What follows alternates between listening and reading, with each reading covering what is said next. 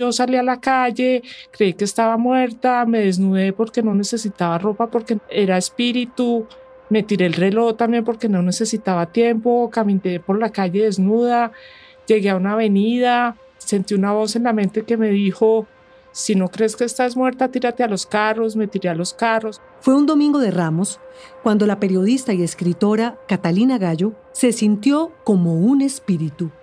Ese día, Catalina estaba acostada viendo televisión cuando sintió que los antepasados habían llegado por ella. Unos seres que cubrieron su corazón con cintas mientras descansaba y entonces creyó que había muerto en paz, en la tranquilidad de su casa. Se levantó de la cama, salió hasta una avenida cercana y obedeció una voz en su mente que la retaba a lanzarse a la calle. Obviamente los carros me esquivaron, entonces entendí que por supuesto no estaba muerta. Pero aunque ese día se sentía sola y como un alma en pena, en medio de los carros, las motos y el ritmo furioso de la ciudad, a miles de kilómetros de allí en Estados Unidos, una de sus grandes amigas sufría como ella. Yo también tuve ataques de pánico varias veces en las que creía que me iba a morir, que no respiraba, me tenía que pellizcar, no quería dormir porque decía: si me duermo voy a morirme y no quiero morirme. Muchos reconocerán esta voz. Es Maribel Abello, periodista y actriz barranquillera. Seguro usted la recuerda de producciones como Don Chinche, La Saga, Café con aroma de mujer y muchas otras novelas famosas de la televisión colombiana. Estoy aburrida de esto. Estoy aburrida de esas reuniones familiares, de ti y de todo. Pues no eres la única. Yo también estoy harto de tus arranques de histeria. Estoy harto de que no se pueda hablar contigo y de que todo lo arregles a gritos. Pues hablemos claro. Acabemos con este matrimonio de una vez por todas y todos contentos. Pero después de las novelas, abandonó las luces y las cámaras y en el 2013 se fue a vivir a Estados Unidos dispuesta a comenzar una nueva etapa de su vida. Entonces yo decidí que quería estar con mi hijo, criarlo más cerca, estar más cercana a él, porque además era madre soltera en ese momento, ya me había divorciado. Catalina y Maribel estudiaron juntas en Bogotá. El camino del periodismo las llevó por ramas muy distintas durante años, pero como dice una antigua leyenda, una especie de hilito las mantuvo conectadas a lo largo del tiempo. No solo por su profesión, sino porque a las dos las diagnosticaron con trastorno bipolar afectivo. La gente tiene mucho miedo de una enfermedad mental, pero en mi caso, ese señalamiento no era que yo me sintiera mal de tener un trastorno bipolar, sino que era como si la sociedad me dijera que yo tenía algo sucio dentro de mí, algo que tenía que esconder.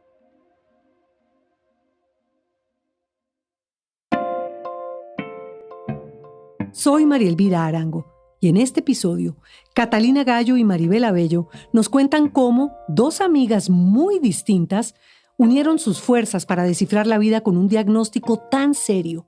Escribieron a cuatro manos un libro con sus historias y sobre todo entendieron que ellas son mucho más que una enfermedad. Esto es ¡Qué locura! Un podcast sobre salud mental y lo que no hablamos de ella.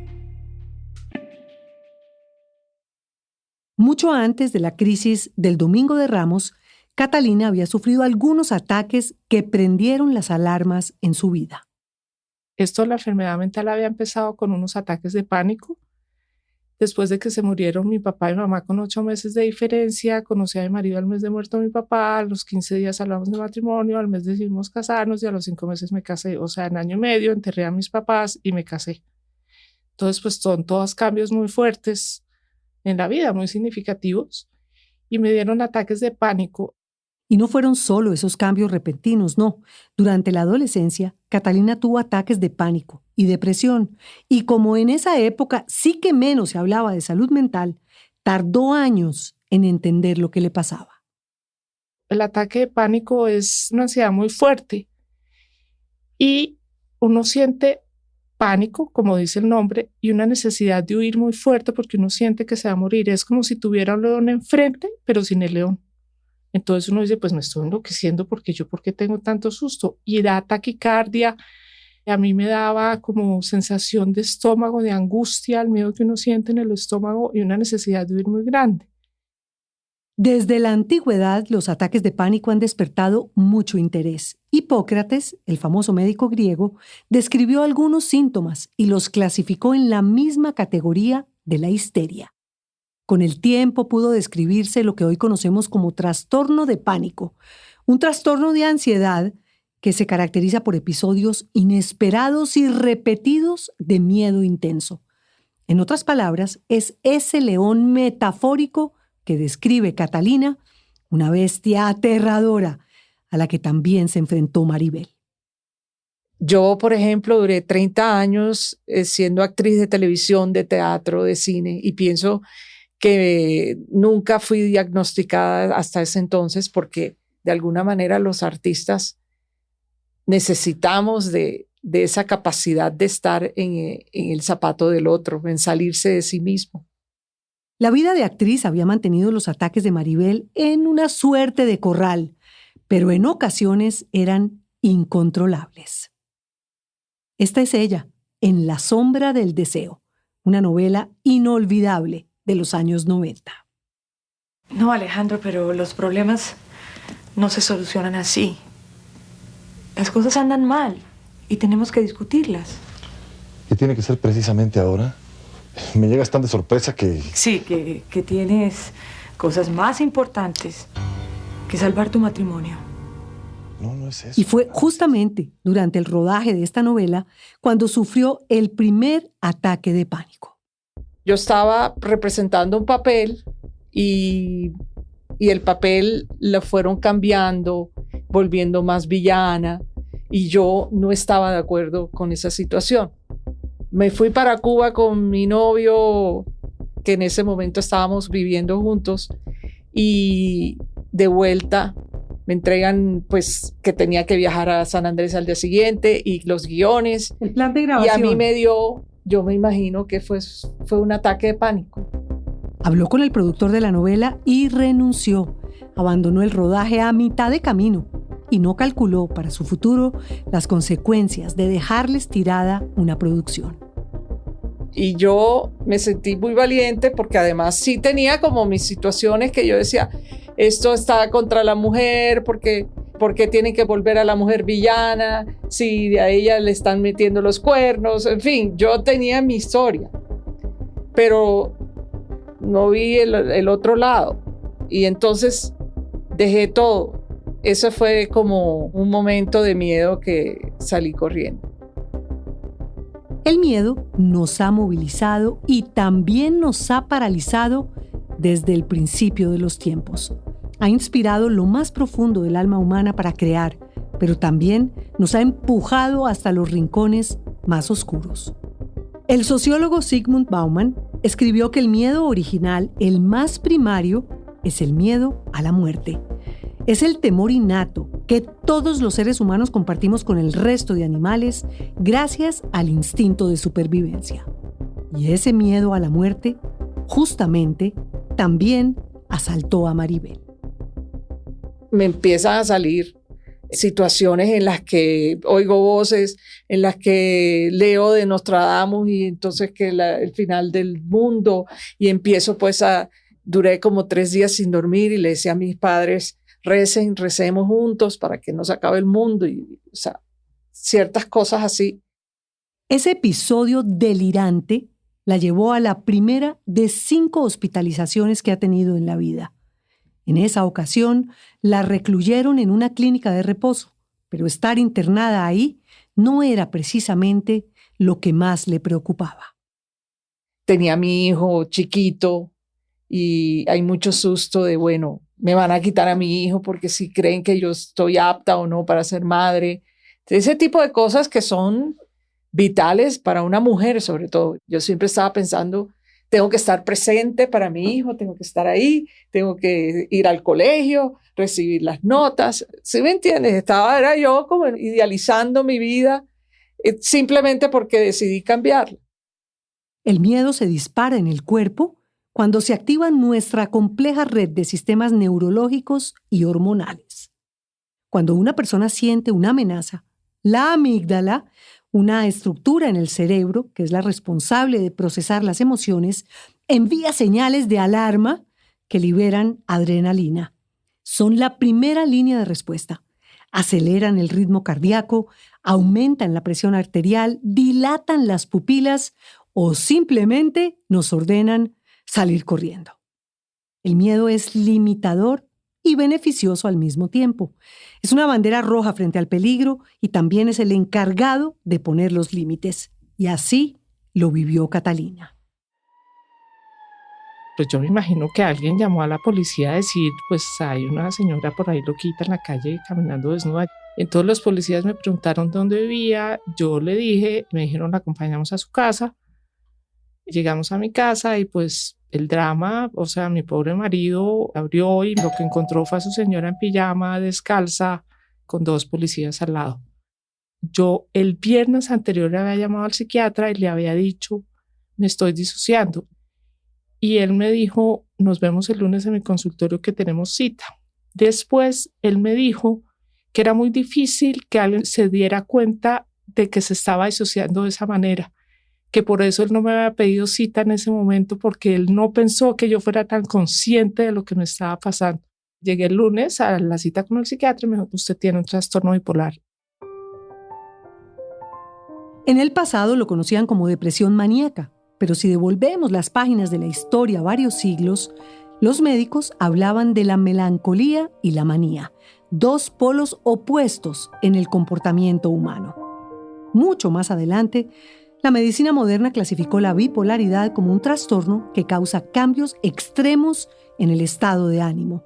Estos cambios se mueven entre los altos emocionales, es decir, la manía o hipomanía, y los bajos emocionales, o la depresión. Catalina había enfrentado durante 7 años la depresión y los ataques de pánico con antidepresivos, pero experimentar el otro polo del trastorno, la manía, cambió las reglas de juego para ella. Trabajaba en El Tiempo en uno de estos momentos y le conté a 2 personas que tenían trastorno bipolar, 2 personas de mucha confianza, pensando en que si esas 2 personas yo llegara a necesitar algo, podía decirles, por favor, ayúdenme y sáquenme de aquí si estoy a punto de cometer una locura. Y es que para ella no era fácil hablar del tema, mucho menos en el ritmo agitado del periodismo. Después de trabajar en El Tiempo, se fue para otro medio de comunicación y los cambios afectaron mucho su vida. Era un ambiente súper rígido, súper estricto en cosas que para mí eran absurdas. O sea, lo importante era producir una revista y escribirla, y qué importa el horario, qué importa el orden en el escritorio. Fue muy difícil. Y de ahí me echaron. Y yo dije, ¿cómo así? Yo soporté esta cosa y no tuve una crisis. No, esto es sensacional. Y ya despedida, botada, con un cambio radical en el periodismo de que ahora todo era virtual y video y yo lo que sabía hacer era escribir, decidí contar la historia. En el 2016, Catalina se atrevió a contar su propia historia en el libro Mi bipolaridad y sus maremotos, que empieza relatando lo que ocurrió ese domingo de Ramos. Y claro, durante el proceso tuvo muchas dudas y otro miedo enorme: enfrentarse al qué dirán. A uno siempre lo juzga la sociedad, si hay un estigma muy grande, como decías, y hay un juicio y un señalamiento por tener una enfermedad mental. Yo he creído que eso tiene que ver porque la enfermedad mental cambia los comportamientos, entonces eso da mucho susto. En las primeras páginas de Mi bipolaridad y sus maremotos, Catalina escribió esto. Después de todo lo que he vivido, sé que también estoy hecha de coraje y valentía. Y de esto se trata la publicación de este libro, de librarnos del silencio y la vergüenza. Le costó mucho desprenderse del silencio, pero su familia fue clave. Les preguntó a sus hijos y a su esposo su opinión sobre hacer público todo lo que le había pasado. Y su respuesta fue el empujón que necesitaba. Entonces les pregunté y pues mi hijo chiquito, era muy chiquito todavía, no sabía, le conté lo que había hecho. No, a mí no me parece tan grave. El otro lo leyó y dijo, listo, publiquémoslo. Mi marido no veía ningún problema. Entonces, digamos, hay algo muy bonito y es que a raíz de hacerlo público también lo vimos más en familia. Entonces, me siento mucho más acompañada. Entonces el proceso de escribir el libro y hacerlo público fue decir, no tengo vergüenza de lo que tengo, yo no soy culpable, yo no soy una persona que merezca estar rechazada por tener una enfermedad mental.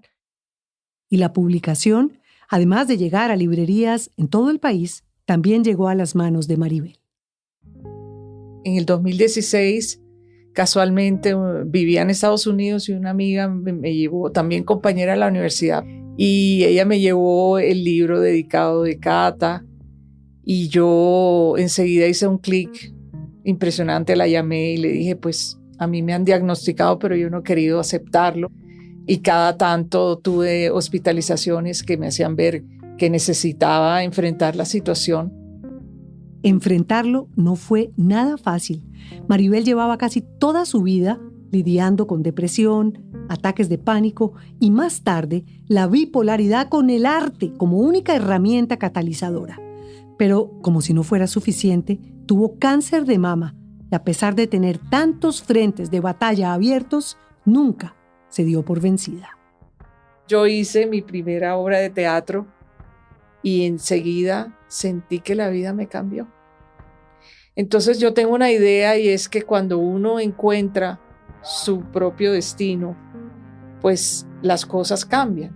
Yo chiquita me imaginaba poniéndome un revólver así en la sien. Me lo imaginaba y lloraba. Me ponía delante de la foto de mi abuelo que nunca había conocido y lloraba porque estaba muerto. Y tenía como esos dolores que no sabía de dónde eran porque yo era chiquita, de dónde iban a venir. La verdad, yo tenía mucho miedo a la muerte hasta que tuve el cáncer. Entonces el cáncer me enseñó a que la muerte puede estar en cualquier momento. Y le perdí el miedo, ahora le tengo respeto. Después de leer Mi bipolaridad y sus maremotos, Maribel contactó a Catalina y, muy a la antigua, empezaron una correspondencia que acabó convertida en el libro La belleza de la locura, publicado en febrero del 2024. Cuando escribimos el libro de La belleza de la locura nos divertimos mucho las dos. El libro es un intercambio de cartas entre las dos. Y es claro cómo una es mucho más racional que la otra, una es mucho más mental, o esa soy yo, mucho más científica. Y Mari tiene una cantidad de visiones muy lindas desde la intuición, desde la vida espiritual. Y esto también ayuda a muchas personas a entender que tal vez no haya un único camino para entender la enfermedad mental y para entenderse a uno mismo. En una de las cartas que Catalina le escribió a Maribel, le dijo que ella no creía en fuerzas extrañas ni en espíritus aventureros que llevan a la locura. Es una creyente, pero en la ciencia y en la razón. A pesar de las diferencias, o precisamente por ser tan distintas, lograron construir un camino para entender que hay vida en medio del trastorno, que un diagnóstico no tiene que acabar amistades, ni matrimonios o contratos de trabajo, que, como cuenta Maribel, la ciencia no es el único camino.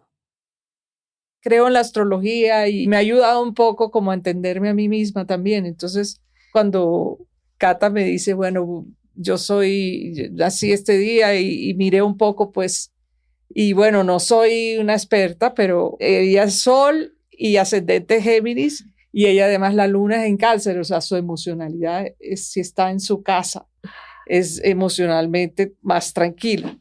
Pero yo lo que pienso es que uno tiene que asumir esta situación de la mejor manera porque es parte de tu vida. Y si tú la escondes, también estás escondiendo parte de una vida que, como dice Cata, no somos culpables de eso, pero sí somos responsables.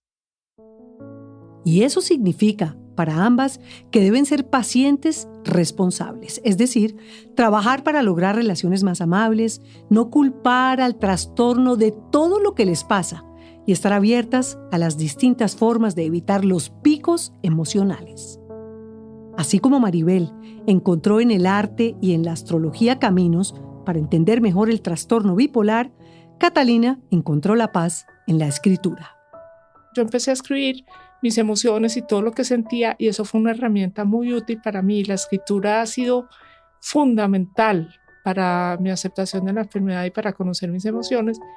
Y escribir me permitió entender cómo funciona mi mente, porque yo escribía en caliente, por decirlo así, digamos, entonces veía el carrusel de emociones y cuando releía decía, claro, esto me pasó por tal cosa, me sentí de cierta manera, y ese análisis de toda esa escritura me permitió llevar una vida estable. Nunca me ha faltado el trabajo y nunca, siempre tengo que hacer y me siguen llamando y sigo escribiendo y no hay ningún secreto y nunca he tenido que decirle a nadie discúlpeme por algo que he hecho o he dejado de hacer por un trastorno bipolar. He dicho tengo ansiedad y no soy capaz de hacer esto y no lo hago.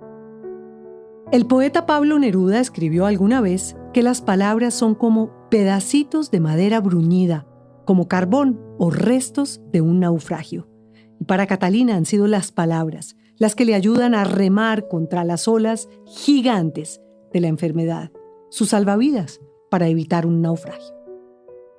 Me siento muy a gusto con la escritura como herramienta. A Mari le han servido otras cosas, a mí el análisis de esos datos, de esos hechos, de esas emociones es lo que me ha servido. Creo en la medicina profundamente, creo en los medicamentos, soy responsable en cuando me los tomo, en la terapia también. Entonces, digamos que eso es mi respuesta a la enfermedad y es en lo que creo profundamente. Cuando uno es paciente responsable empieza también a decir, bueno, si yo discuto mucho, porque entonces hay mucha rabia en el paciente de trastorno bipolar y hay discusiones, ¿sí o no? Y hay formas de decir las cosas que no deben ser. Entonces, yo me enfoqué mucho en eso, en trabajar mi interior para tener una vida donde las relaciones sean pues, más amables. Eso es parte como de lo que uno tiene que trabajar con uno mismo, no echarle la culpa a la enfermedad. Es que porque tengo depresión, entonces yo me voy a quedar así. Uno puede cambiar, porque esa es parte del aprendizaje de concientizarse que uno tiene un trastorno bipolar. Este es un fragmento de una de las cartas que Maribel le escribió a Catalina. Cuando el lector se acerque al libro, podrá ver a dos mujeres que no están impedidas. Por el contrario, están creando, relatando historias, investigando, explorando, curioseando, tanteando, comunicando.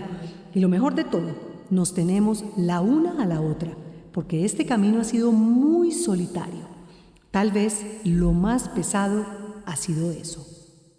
Esa correspondencia es el testimonio más claro de que un diagnóstico, por aterrador que parezca, no tiene por qué paralizar la vida. Pues yo realmente me siento muy bien conmigo misma. Yo escribo en el libro que miro la enfermedad a la distancia y con serenidad.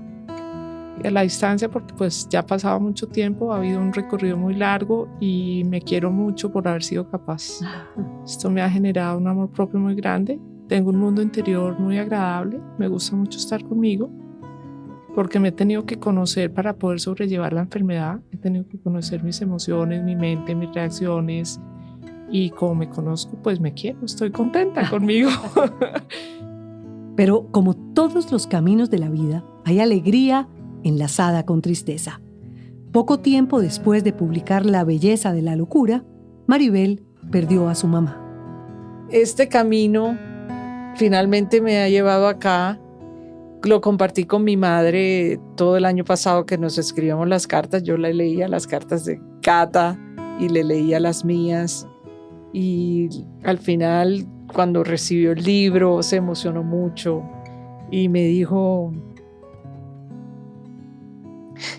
que era muy fuerte, pero que estaba muy orgullosa. Porque es que uno no sabe que también la familia sufre mucho. Sufren mucho más en el silencio y no saben a veces qué hacer. Pero menos mal el libro salió antes de que ella partiera. Por eso digo, la belleza de la locura quiere decir que no siempre la locura te va a traer, pues es parte de tu vida y tienes situaciones difíciles, pero eso no quiere decir que esto no te lleve a lecciones maravillosas. Y como escribió Catalina, y las dos amigas están muy de acuerdo, que aunque rocen la locura, lo que buscan con su testimonio es contar que sí se puede salir de ahí y llevar una vida estable, funcional y productiva. En esencia, siempre hay esperanza. Y yo sí quiero rematar que yo siempre digo y lo repito en todas partes y me importa un pepino repetirlo, y es que yo no soy bipolar. Yo tengo un trastorno bipolar.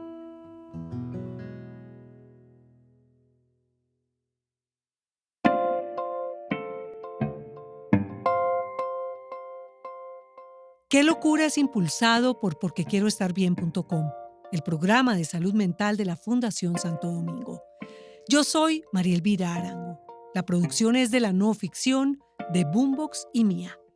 Este guión fue escrito por Juan Camilo Hernández Meléndez y editado por Miguel Reyes. El diseño de sonido es de Pablo Restrepo. La ilustración de la portada es de Isabela Soto Vallejo. Gracias por apoyar este proyecto también a TQ y su marca MK, medicamentos totalmente confiables. Recuerde que hablar nos hace bien. Consulte e infórmese sobre salud mental en www.porquequieroestarbien.com, el programa que acompaña a miles de personas.